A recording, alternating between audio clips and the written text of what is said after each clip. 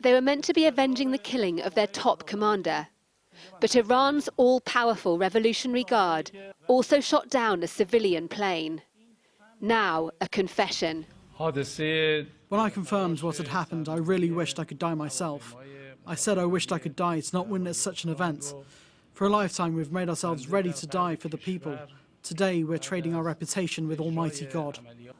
He explained why Iranian forces fired the missile, seen here as a flash of light, at the Ukrainian aircraft. They mistakenly thought it was an incoming cruise missile, launched by US forces hours after Iran struck American targets across the border in Iraq.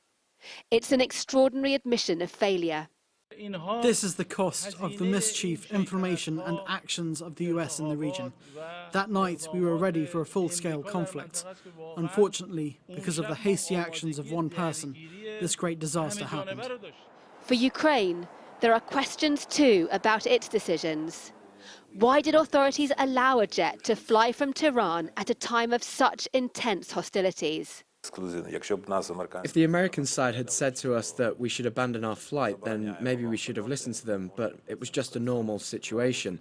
Unfortunately, what happened, you can't turn back the clock. We agree that some of the fault may be on us, but I say again, you can't predict everything that happens in life, otherwise you'd just freeze and do nothing.